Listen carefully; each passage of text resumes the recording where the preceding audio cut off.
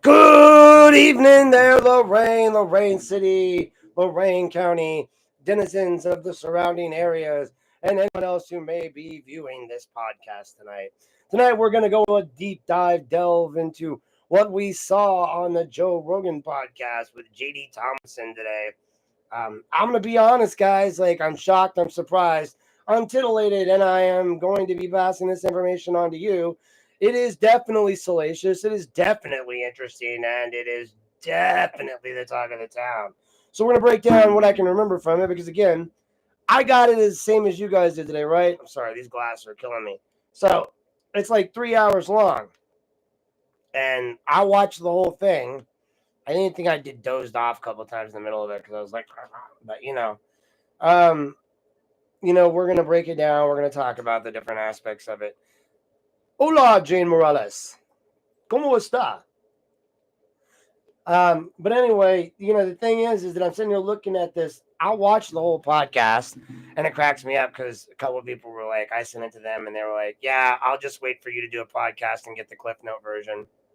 I was like, "You suck." Not untrue, but you suck. But they're right. So I'm going to be honest. I never really watched the first one.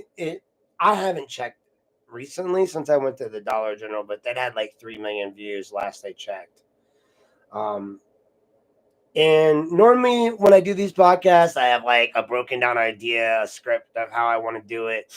Tonight, I'm just kind of almost blind reacting to what I watched without a thought. And wow. Yeah, feel free to comment as we go along. So to start, I want to just acknowledge from the get-go that isn't it sweet that Jennifer accepted his apology?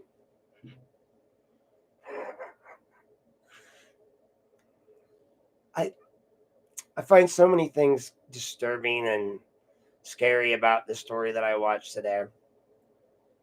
And some of it I go back to looking at the fact that the one thing that was absent in that whole thing that he did was any discussion about the money, the taxpayer money that was spent to silence her.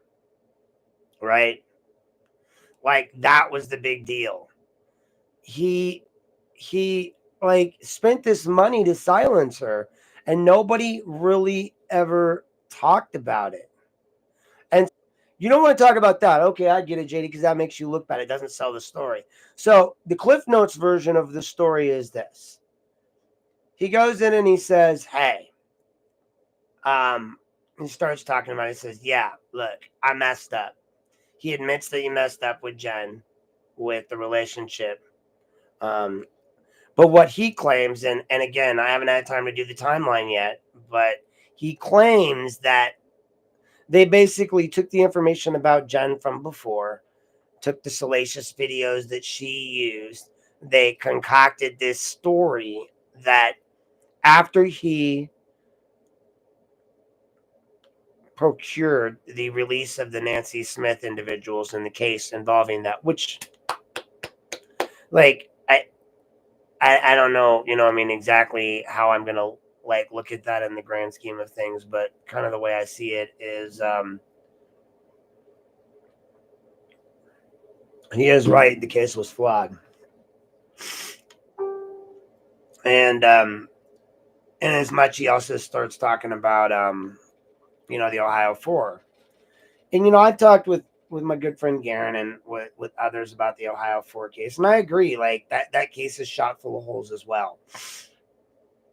And we're going to get into everything that I can remember that he discussed in that and discussing that. I'm not as familiar as I would like to be with the Ohio 4 case, but we'll talk about that. But mainly, in the beginning, we have JD admitting, yeah, I had this, this relationship with a girl in my office. He doesn't really talk about, when the relationship started, how long it had been in process. He throws all the blame on basically the Van Sant text and that, they colluded together to get Jennifer to turn on him. And, he was emotional and unable to focus on anything but that they did this because he revisited that Nancy Smith case. That's the bottom line. I mean, basically, he said that this was all payback. He did it because he wanted pay. They said they wanted payback for him, exposing this.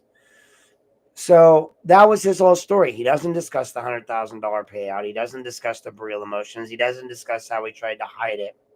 He does, however, clearly admit that Burge apparently sent stuff on behalf of him and the prosecutors to Jennifer to help her write a statement in regards to this whole thing, which to me, even if everything else was untrue, you basically admitted to providing statements to a key witness in a criminal investigation, true or not.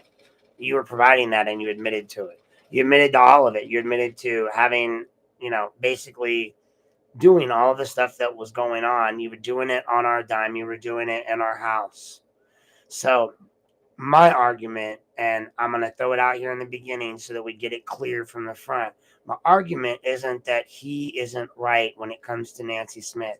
I believe that she should have been released. I mean, from what I've seen of that case, it looked a lot like, I don't know if they were Headstart cases, but I feel like that's what we want to call them in California, where I lived when I was younger. And this was happening all across the country, guys. Like, if you go back and look back during that time frame, a lot of people were getting railroaded like Nancy Smith did. And jokingly, and it's not a joke, but in joking, South Park did that episode on it where all the kids like got their parents taken away because they said that there was abuse, and the next thing you know, they're living like Lord of the Flies. So I mean, that's the problem, is that you had that happen a lot back then. And so, do I believe that he did this? Do I believe that he had an ulterior motive? I also believe that as well. So you knew you had an election coming up, right? You knew that they were talking to you. Yeah, I mean, I read through all, I mean, that much. Like, he's not wrong. So, and he talks about that in the interview, how, all the flaws in the case. And he was right. And so he wants me to believe that they all colluded together to incriminate him with this Jennifer Battistelli thing, to get rid of him, to get him out of office, because he was going to go forward and he was going to do all this and it was going to cost everybody money. Maybe he's right. Maybe that's the case. Or maybe, just maybe, he already knew that stuff existed. He's been playing the game just like everybody else. Maybe, just maybe, this was his out, right? This was the way he needed something. He had to have something. So again, this is a good ace in your pocket, right? And it's also something you can say, hey, later, like, and if that's not the case, fine, I get it. If we're speculating, which is again what was a lot of what was going on in this Joe Rogan podcast, was some speculation. Otherwise, if it's not speculation, you just accuse our sitting district attorney of a criminal act. But hey, we'll get to that too. So you go through and you basically, JD goes through and he says, I do this, and then suddenly they're hiring, the guy that I beat at the sheriff. They're hiring, the guy that's running against me at the sheriff, and everyone's against me, and they turn my girlfriend against me. My girlfriend, he says. So, my girlfriend, they turned her against me. They tried to get her to turn evidence against me. So, and by they, he's making references to Rosenbaum, I believe, and White, and Tony Cillo, and the prosecutor's office from back then. All these scenarios, right?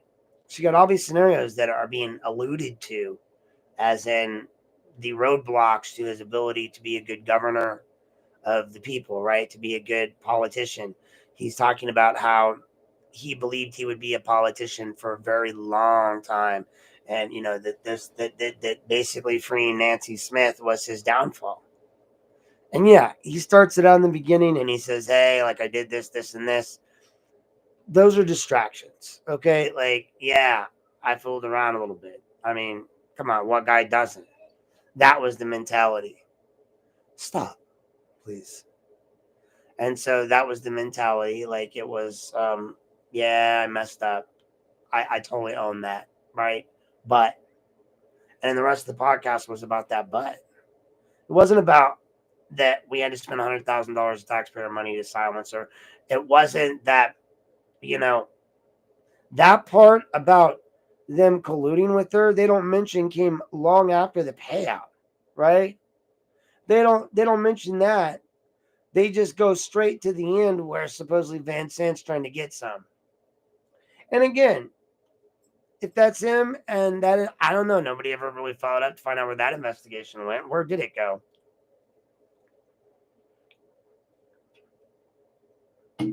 I'd like to know. I like to know what Van Sant's thoughts are. Did he do it? Did he send the messages? Did he violate, his oath by engaging with the witness in inappropriate fashion? Arguably, JD did the same thing. He clearly stated he knew they were investigating him. He clearly stated that his chief of staff in the prosecutor's office colluded with a witness to give her a statement. I mean, he admitted that in the podcast. Like, if I'm his attorney, I'm like, dude, don't do this, right? Like, he said it during his during his own podcast. During that podcast, he says, I'm a horrible client. You're right, you are. Plead the fifth, plead the fifth, plead the fifth. Shut up, shut up, shut up. Shut up, dude, shut up. Why? Man, you were literally like off the radar. And now it's like you couldn't help yourself, like a moth to the freaking flame, man. So I just want you guys to think about that. Like, I watched this 3-hour train wreck of an interview, and again, I don't want anyone to think that I don't in any way, shape, or form. I support the release of the Headstart Nancy Smith case, right? I supported him doing that. I even support the Ohio 4, right? I support that case. Garen's drilled it into my head enough times. I haven't really gotten into it enough, but I know enough to know that Garen's told me about the guy in New York that could not have been here. And if he couldn't have been here, I feel like it goes back to that. If the glove doesn't fit, you must acquit. And so I look at it that way. Like, okay, you know what? More than likely, this was bad too. And you go and you say, hey, is it plausible to think that, as they suggested in this podcast tonight, that law enforcement, prosecutors, former law enforcement prosecutors, everyone conspired against JD because he overturned this case?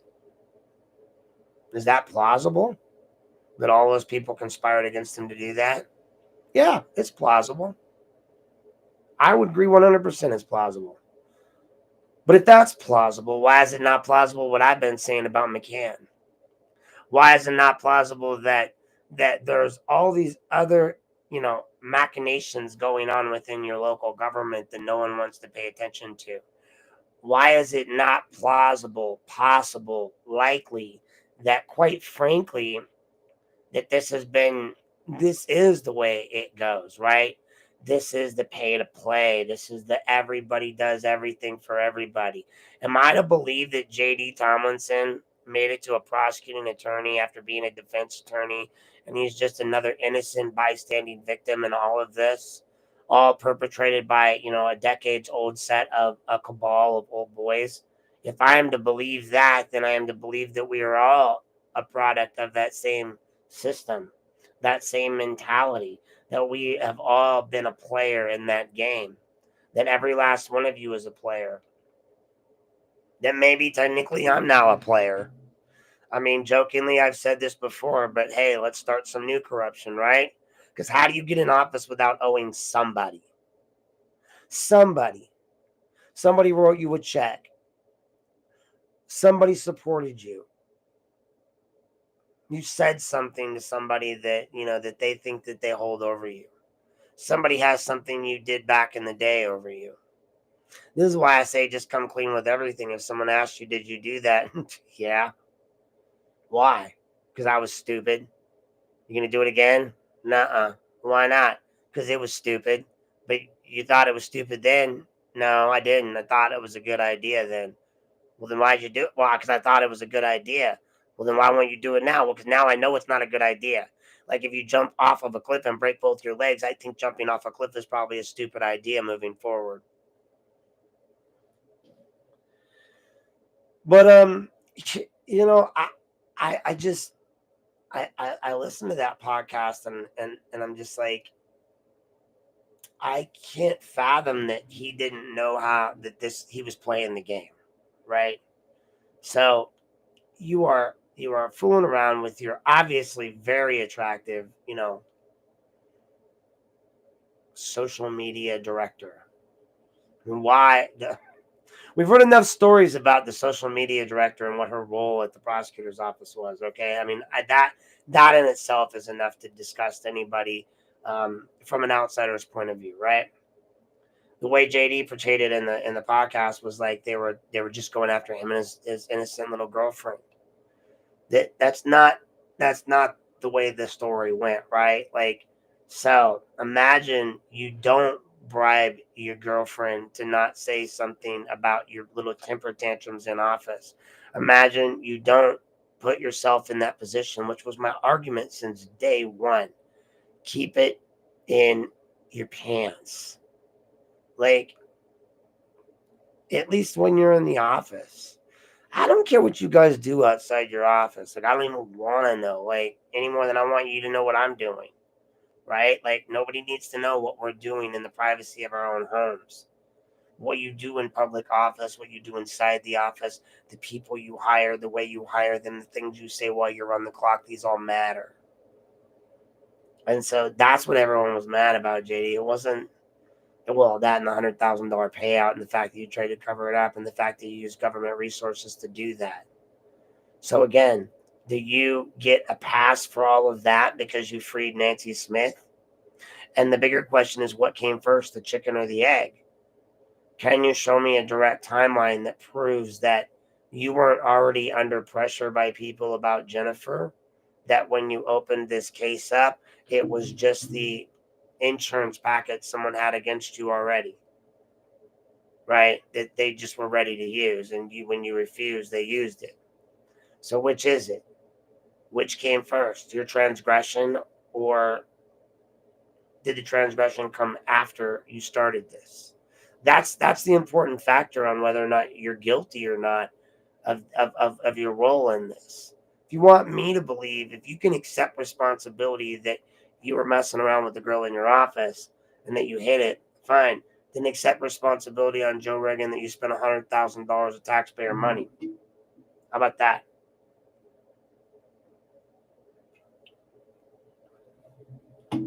That's all I ever said since the start. We don't talk to women that way. We don't do that in that scenario. We don't let ourselves become that person, especially not when we represent the prosecuting attorney's office. And so that's kind of where we were left with that. Like, woe is me, you know. All right, that being said, let's dissect some stuff that I remember from the video. So one thing I want to bring up before I forget is, timelines matter, but he said that they didn't go on the trip to Mexico City. And that his mom wanted to go and they didn't go because of whatever was going on. But yet there were clearly pictures of that trip out there during December. So you did go. You said Jennifer forgave you, so you have spoken to her since all this went down, since she moved to Arizona. Which makes me think, are you back together? I don't know. But in his admissions, he clearly admits to speaking to Jennifer, even though he wasn't supposed to, or at least others speaking to her on his behalf when he wasn't supposed to. clearly knowing that she was a witness in this case and having his staff engage with her, had his letter writer, as he called him in the thing, right? Even he said that Jennifer called him, his magic pen. So have Burge use his magic pen to make this go away. I remember what Burge's magic pen did to me. It's a magic pen, all right. It's shaped like a small phallic object, and I think he inserts it inside of you, because that's what he did to me with it. Is that, like, he wrote this BS statement that I did these things inside the prosecuting attorney's office when he wasn't even present, and Judge sent it over to Carry On, and Carry On just bought it hook, line, and sinker. That's how justice gets done in Lorain. So again, what it really sounds like to me is JD was a product, a creation, and in the end, a victim of the very system in which he was trying to play in. And he played in it poorly. You're right, bro. You weren't prepared for that. If you were offended, he goes on to talk about how he was offended about, defense attorney jokes and yada, yada, yada, yada, yada. He goes on to talk about, like separating himself from these prosecutors as if he was the different one, right? I was different than everyone else. I was the different one. Everyone else is a prosecutor, not me. And so that's how he transitioned away from that as they started to attack prosecutors. Now, he talked about it in this video about, the police and his engagements with them and prosecutors. And there's some parts in there where they clearly starts to separate from that. But let's get back to this. So he's admitting that in the video, because I'm trying to recall how it went. So in the video, he's admitting, yeah, look, I fully admit to that. I take the hit on that. That was my bad. I did it, yada, yada, yada, yada, yada. But they used it against me. They took my one weakness, the one thing they could use, and they used it against me. And he goes back to all because I freed Nancy Smith. And again, he denies going on the Mexico trip, even though there's photographs of it. There's photographs online of it. There was questionable photographs of whether it was one of him and Jennifer down in a grotto. But he says it didn't go. He says that after the charges that were trumped up against him illegally were dropped, that he and this defense attorney went through and spent all of their Thanksgiving together, scouring through this case to come up with this reasons why these people should be released. I feel like, all that information should be out there. But I'm going to give, here in the middle, I'm going to give JD his just due. He did point out that Cillo said he would give it a good shake. He would take a look at it. And he wasn't wrong when they said 2 days into Cillo's rule, like he said, no, I'm done. I'm withdrawing my support. And that led to a lot of questions that I felt like you were walking the line on.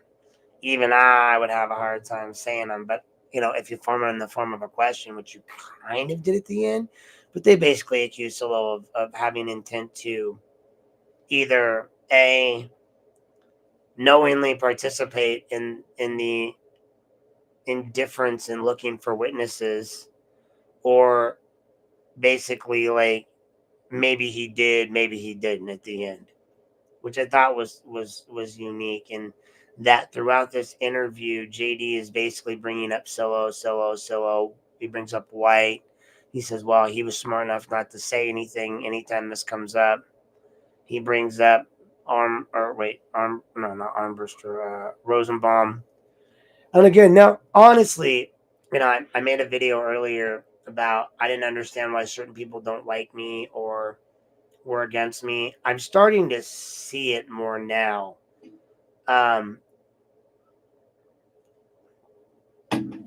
I get it. Look, I'm a wild card. I'm a cannonball. I'm not anybody's boy. I don't belong to Jack. I don't belong to Tony. I don't belong to JD. I don't belong to the government. I don't belong to anybody. Just me.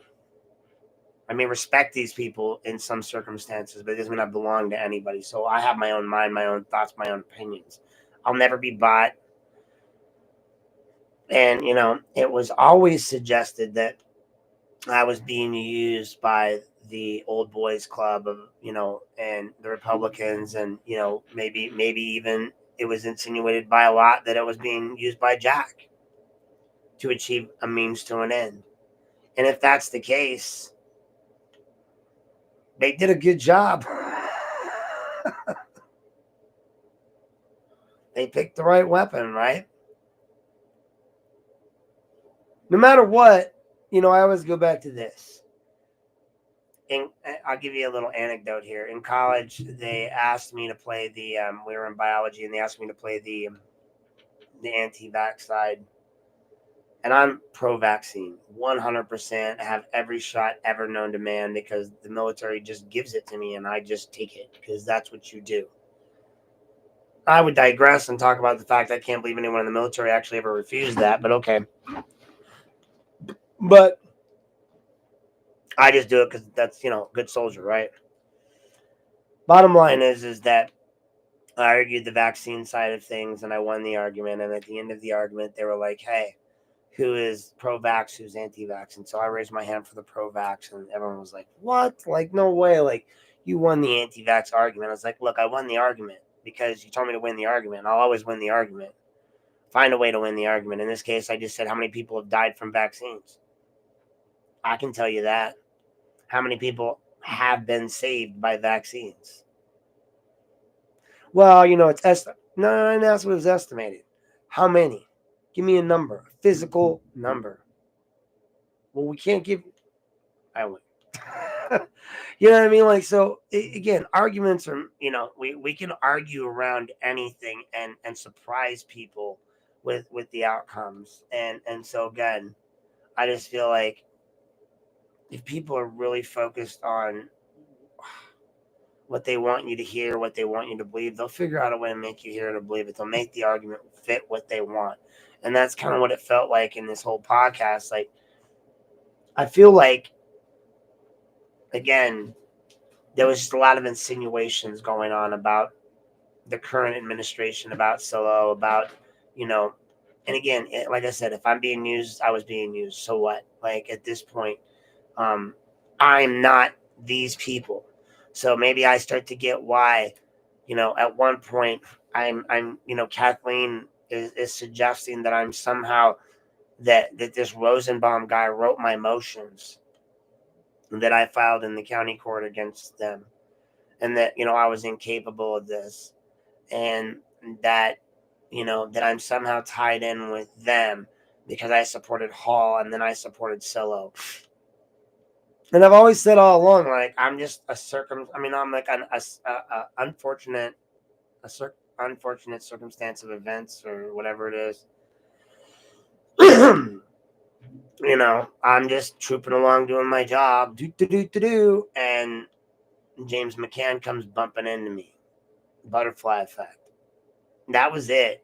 Like, none of what I did had anything to do with any of these people. I don't know any of them. I barely know anyone. I'm starting to learn who they all are.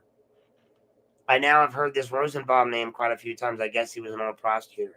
But the fact that Kathleen thought that I was somehow connected to him, and people think she's somehow connected to Dave Moore, and you know what I mean? Like, you guys all start to do all these little interconnected pieces, right? You know who I'm connected to? Nobody. Me. That's it. OSU. Like, I was never connected to Jack Hall's campaign. I was just basically trying to get the guy I wanted to win. I never put together one sign for him. I went out and picked up signs, but I picked up signs for Dave Moore too, who I didn't even care for. I picked up other people's signs because the law is the law. We don't take people's signs down. We don't move them. Like, I just am that guy. And so, again, that's probably why I'm not really, I don't get return texts anymore. There's no way you're going to contact me. I guarantee you the sheriff's lawyer said, no, you can't talk to that guy anymore. I probably will never hear from him again. And that's fine. It is what it is. You discard lawyers when their usefulness wears off. I get it. I was always going to be disposable. We don't go fishing. So I don't care about that. But if that's the case, then whatever. If you guys were mad because you thought if there was some greater conspiracy going on in Lorain, I'm not a part of it. That's what I'm saying here. Like, I don't know any of these extras. I don't know any of these people from before. You guys were all talking about the way back wins and the whites and these people and that people. I don't know any of this. I know legal, illegal. The law, not the law. Like,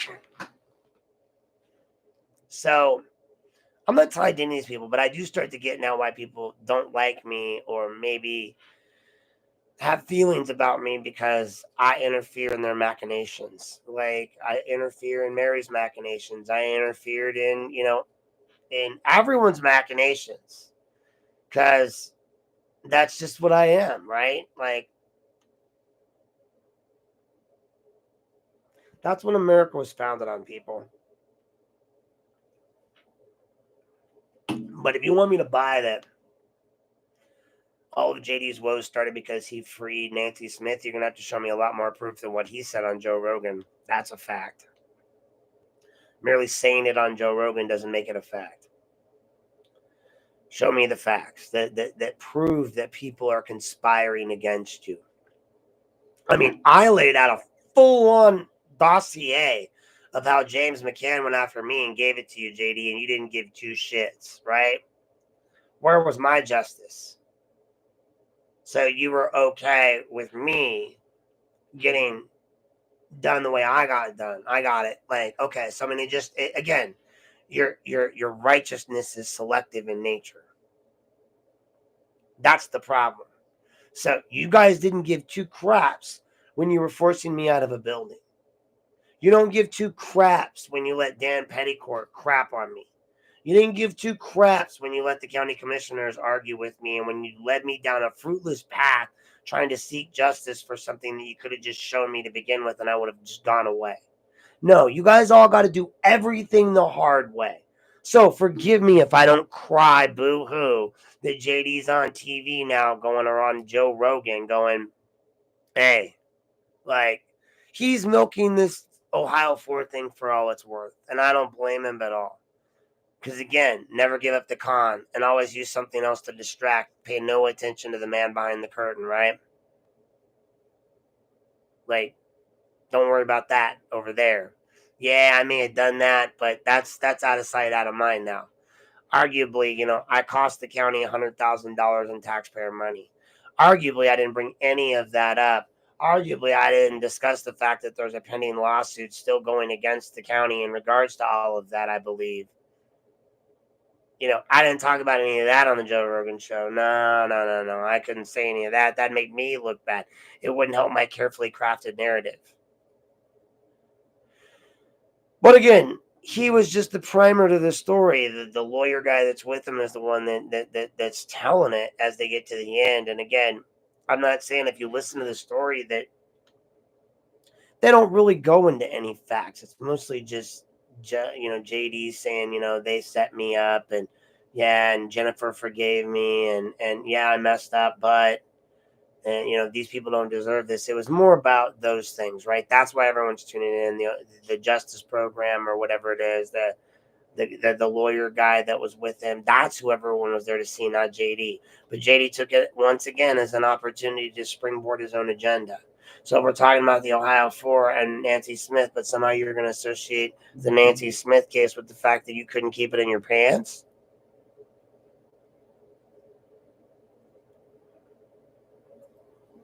I just don't get it. I mean, I'm not saying that. Look, I'm not saying that I don't understand. I'm just saying you owed the people better.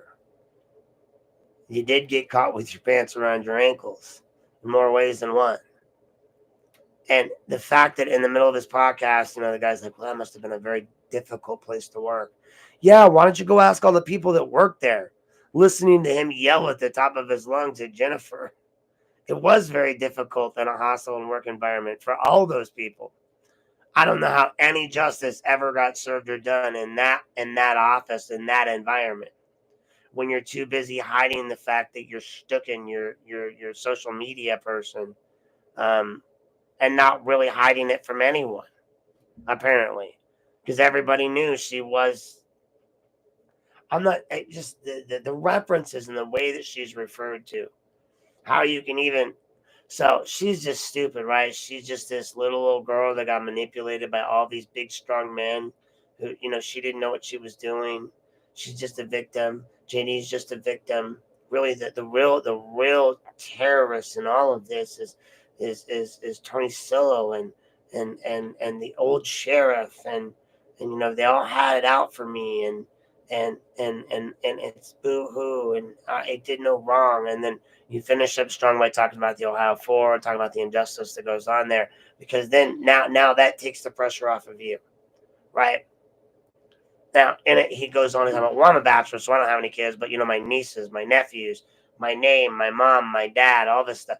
Well, if you cared about that, you would have cared about that before you started sending text messages about cocaine and killing yourself, and sending text messages to her about, playing in. Did they read it? What are they saying? What's going on? You didn't talk about any of those messages, right? You didn't talk about all of the evidence that was out there against you, right? None of that. None of that cover up stuff, right? You didn't talk about why you wouldn't release the payment that you paid $100,000. Why didn't you talk about that? Because that's all we cared about. We didn't give a crap that you were stuck in your social media lady. We cared that you paid her $100,000 when you let people harass her. Because if you weren't stooping her, then you wouldn't have had this problem, because then they couldn't have used that against her or you. And again, I go back to my original point. Did you do that? Yes, I did. Did you sleep with Jennifer? Yes, I did. Simple. If you just said that from the beginning, you're not in this problem. Then they can't use it against you.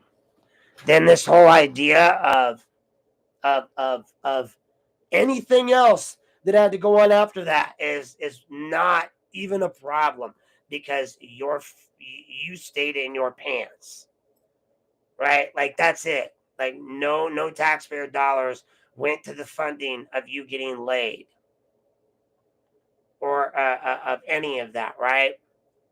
3 million views and counting the last I checked, for him to cry about getting laid. I mean,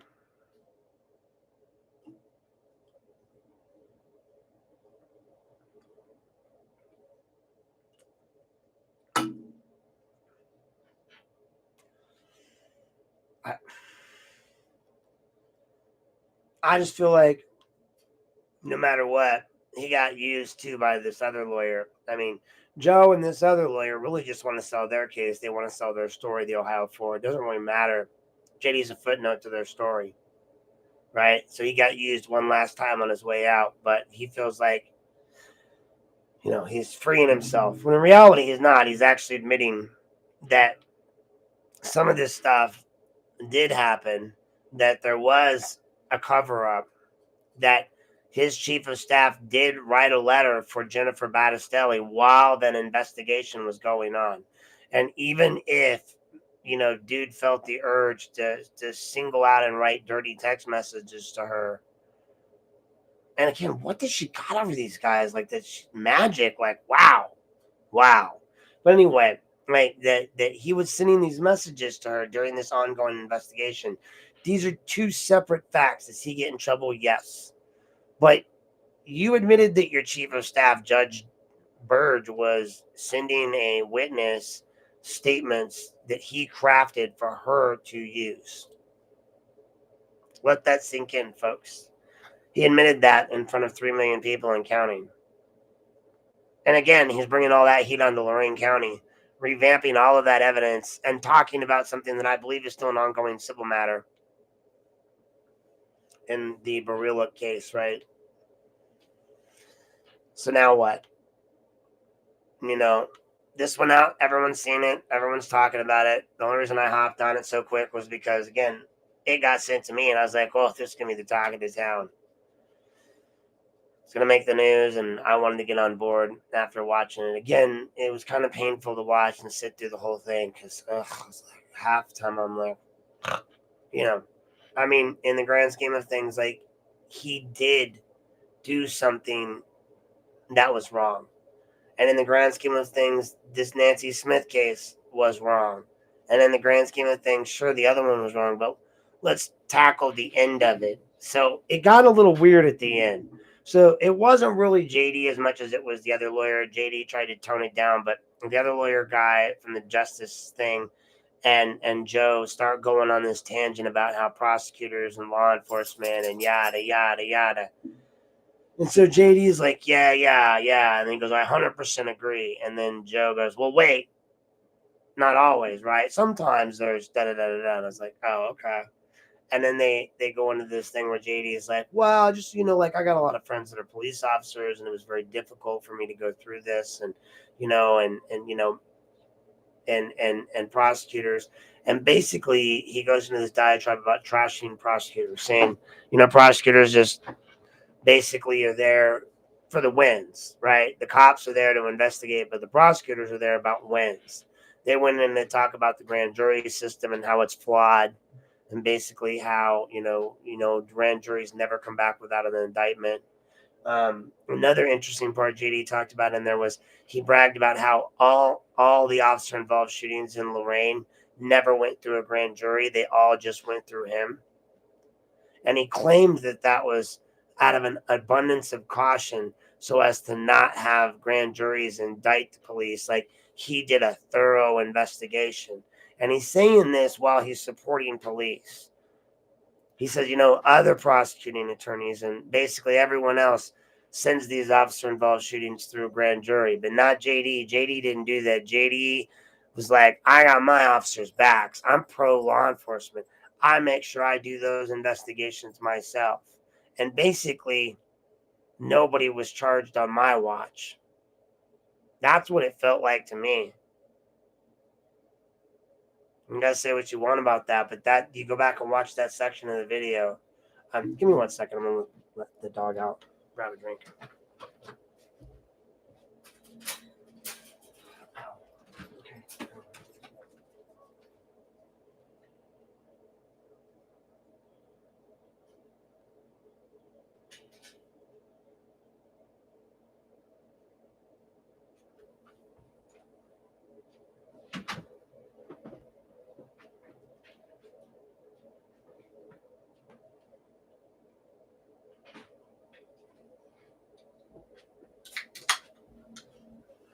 But you know what I mean? Like, I just, he was admitting to a lot of stuff in this video that, and some of it about ongoing stuff, some of it he should still be sort of covered under like attorney-client privilege, I feel like, to just be yakking about in the general public on a podcast in front of 3 million and counting people talking about Lorain County and not mentioning the fact that he cost us $100,000. Admitting the fact that he did sleep with Jennifer, but that, like, not really talking about how it was him sleeping with her that cost us all that money. And then he said that the whole reason why he got caught up on the Jennifer thing was because he freed these people. Had he not done that, they wouldn't have cared that he slept with his social media director and paid out $100,000 in a claim to her out of a backdoor account that nobody wanted to talk about, that he did so with across party lines with a county commissioner, and that they tried to figure out a way to hide it. And then they hid it even more through a lawsuit that I then later had to copy in order to get my paperwork and my stuff. They got me accused of having it written by a Rosenbaum guy because I copied Barila's motion, which maybe I was written by Rosenbaum. I don't know. I do know how to copy, especially when it comes to law. When it comes to the law, you're not reinventing anything. You're writing case law. So you go find the pre-existing stuff, you copy and paste it, you cite it, and you drive on. It's not hard to do. That's why I've always wondered why, lawyers think they're so special. Like, how hard is it? Like, honestly, I feel like, take the bar exam. Like, honestly, I bet you I would pass. I've been to Supreme Court of Idaho a couple of times. Yeah, granted, I haven't won every single time I've been in front of someone, but I've even prosecuted my ex's husband in Idaho in a civil case where I played the prosecutor and won, and he had to have a public defender represent him. Figure out how that works. But I won that one. And so, lesson on that one was don't violate a protection order over state lines. So, we look at this and people want to blame me. They want to be mad at me. They want to be upset when it comes to this stuff about what, I get it now. Like, you guys all feel like you all have bought into this story in one way or another if you're supporting JD. Like, and I get it. He wants this to be the case so bad. Like, he wants this to be the case. And I get it. But it's not. The simple fact of the matter is that you screwed up. You guys paid it out and covered it up. And then you did this other good thing. The two of them are not related. And them outing you on it doesn't necessarily mean it's related either. Now, if you have definitive proof that this happened because of that, then provide it. Don't just provide speculation. Because I've read through all those files, and it sure looks like you covered this up from start to finish. Say what you want, but they don't have the evidence if you didn't cover it up. I've said this since the start. That's how I freed Duran. Now you guys got nothing on that man. He's squeaky clean. That's what an official should look like. If you say, did I do that? Yeah, I did. Was that nice? Maybe not, but that doesn't make me unfit to run.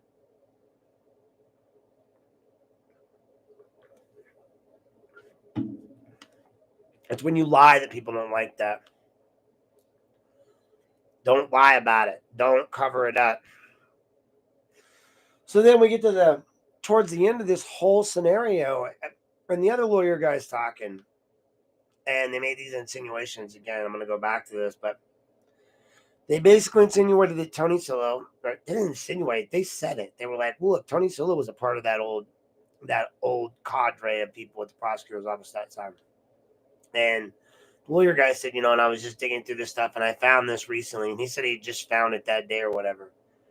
And he said, Tony Cillo was given information by somebody in regards to looking into other suspects. And then they sort of floated it that he didn't.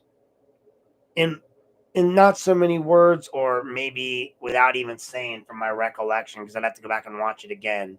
It was painfully long. But then again, so were a lot of my podcasts. So I got to that point, and I was like, I think they just accused the sitting prosecuting attorney of a crime.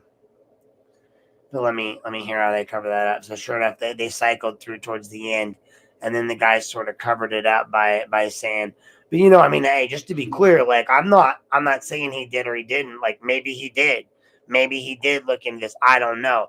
I'm just saying he was the one that was given the documents.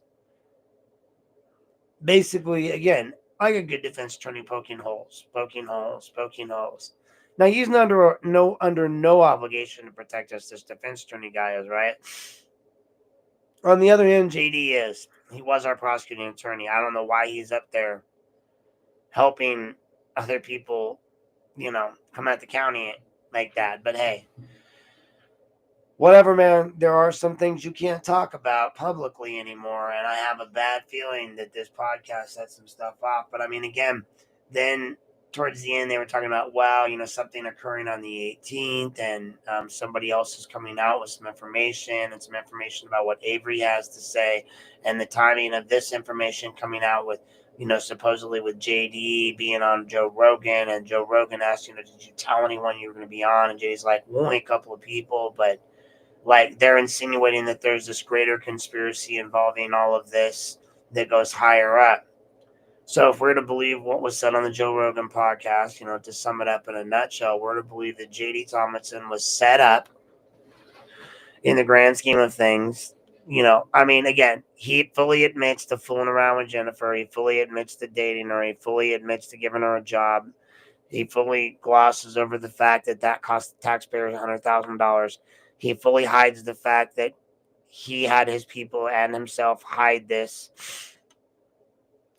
He fully admits to having Judge Burge use his magic pen to pen a letter to give to her, a witness in an ongoing criminal investigation, while he was the chief of staff for JD's prosecution team, and then give that to her, Jennifer, to present to them, the people investigating him, JD. That pretty much sounds like interfering in an investigation to me. So if you're going to charge Van Sant for trying to have sex with her, you have to charge JD for trying to give her, and Burge for trying to give her evidence, which he just admitted in this podcast. Just say it. That's why if I'm his lawyer, I'm like, shut the up. Like, plead the fifth. No interviews.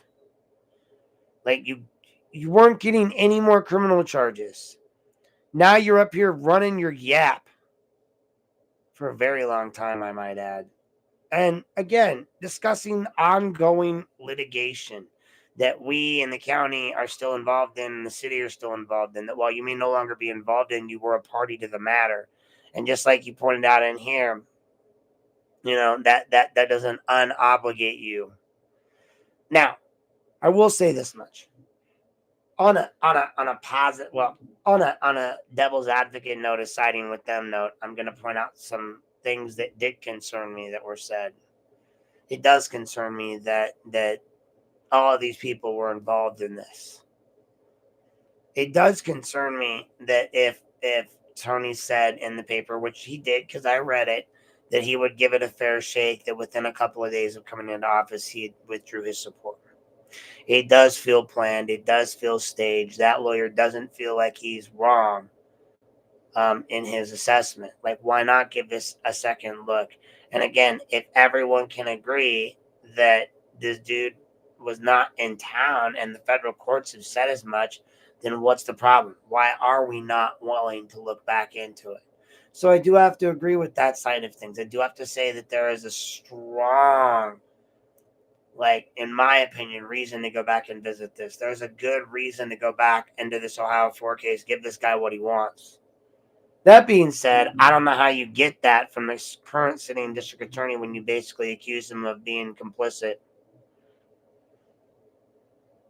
Not that you were going to get that anyway, but I mean, arguably, under the guise of this podcast, you said at the end, well, I'd like it if this would happen, or I'd like it, he gave a full invite for Tony to come sit down and offer in any evidence to the contrary on why he felt these people were guilty, yada, yada, yada, yada, yada, yada. I don't think that's the case. I don't think it's ever been the case, especially not in Tony's eyes. I think what it really boils down to is... Sorry. Good night, sweetie. I love you. Well, Sleep it's tight. not nighty time, but Oh, I just really it is actually. It's 8:56. I didn't even see the time because I don't have There's pizza in there. You've already had some of it. Anyway, where was I? So the good, the bad, the ugly, the good. We were with the good. So, like, again, why not look into it? Why not? I do believe that this guy was in New York, the federal courts, like, yada yada yada. But I think, oh yeah, that's where I was at. I think Tony's argument is going to be, it's not about whether he's guilty or innocent. It's not about the law on this one. It's about the procedural cost of how do we do this? What's the appropriate way? Am I the appropriate one to revisit this? How does that look? Would be the argument, I think. But this guy offered to have Tony sit down next to him and have a conversation. But in that same breath, he's also saying, but Tony was also a member of this previous thing that charged these people. And that, again, Tony had his hands on investigating or being required to investigate this case. Now, if that's true, if Tony touched it in any way, shape, or form, was supposed to look at any of the witnesses, then I do believe that it would probably not be in the best interest of the prosecuting attorney's office to have themselves involved in this at all. I believe, like, you should just get outside counsel now especially now that JD's brought, probably what now looks like 6 million viewers to look at this story, right? So now you don't have a choice. Now you need to get somebody else to look at it from the outside. They effectively did that with this piece. So that's been decided for you. And honestly, thankfully so. Like, I feel like you guys shouldn't be touching that. It goes to conflict of interest. I helped vote you into office, and I would say I would conflict of interest myself out of that, Tony. But even if you could or couldn't, now this defense attorney is on national airwaves saying, "Wow, Tony touched it," and I'm not saying that he did or didn't, not investigate, but whether he did or didn't not investigate doesn't matter. He is now the prosecuting attorney, and basically there's a whole lot of insinuation floating around at the end of that statement. And as such, if you're asking the current prosecuting attorney to reopen a case and investigate something on your behalf, I don't find probably the best way to go about it is to do and say what you're saying. That being said, it's probably the exact route I would go because I do the same thing, right? Chainsaw instead of a scalpel, as it's been pointed out to me. So that leads us to the end of our little podcast here today. I've been trying to keep it at an hour because, especially dozing off in the middle of the Rogan podcast, when it gets long, I realize what the problems become. But I just want to say, regardless of what you think about all this,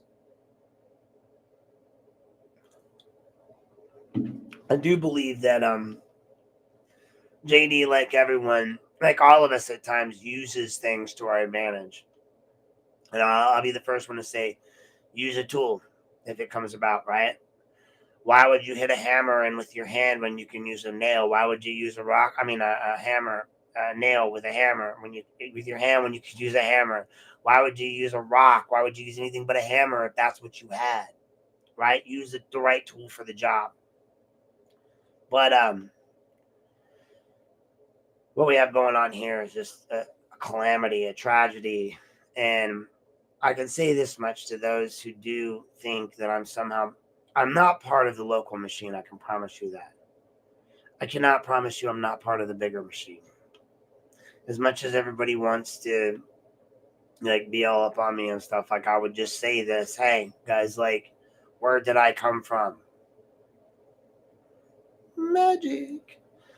But that being said, what are you folks doing? What are you gonna do to stop what these people are doing? JD gets up tonight in front of millions of people and discusses this thing like it didn't come out of all of our pockets. That's really what pisses me off the most about this. This is our money, and now he's gonna go on Joe Rogan. What's he gonna start doing book tours now? Gonna move to Arizona?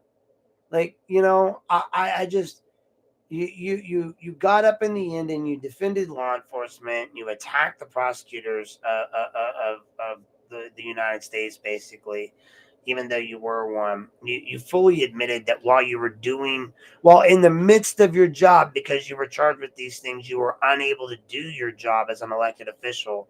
Therefore, by obligation, were required to step down when that happened, and you didn't. So you admitted that you basically were holding office while incapable of doing your job because of your own personal issues. Which, if asked at the time, you would have said the two don't affect each other. But now you're saying it absolutely 100% did affect you and your judgment. So then what does that say for anybody that, was prosecuted that during that time that you were the foreseer of the case over? You know what I mean? This is the whole thing. This is why we don't sleep with our social media directors, no matter how hot they are. And then when you start talking about oh, well, we only got this many people in this town and this many people in this town. Yeah, bro, but you were high profile, man. You screwed us.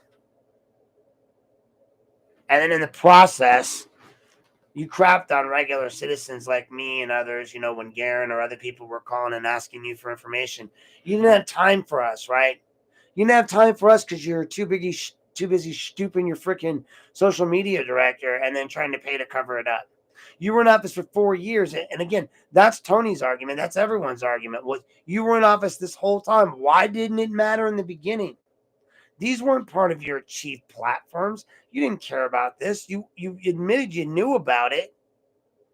You made this a priority in the end, in October, at the tail end of your whole like kit and caboodle, after you were knee deep in all of this other stuff, after you had long since paid this $100,000 out, after she had long since stopped working for us, and after you had lied blatantly to our faces about it.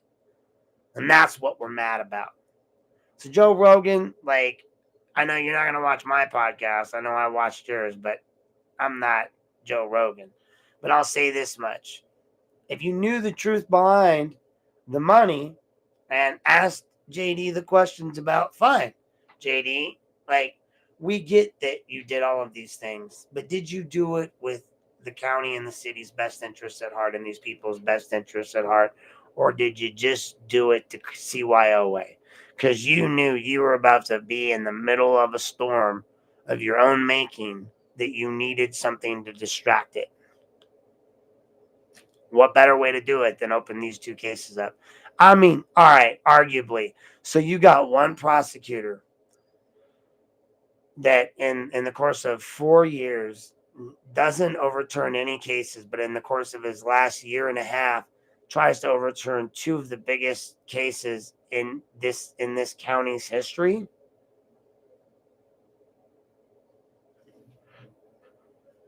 On your first 4 years, a little big for your britches, wouldn't you say?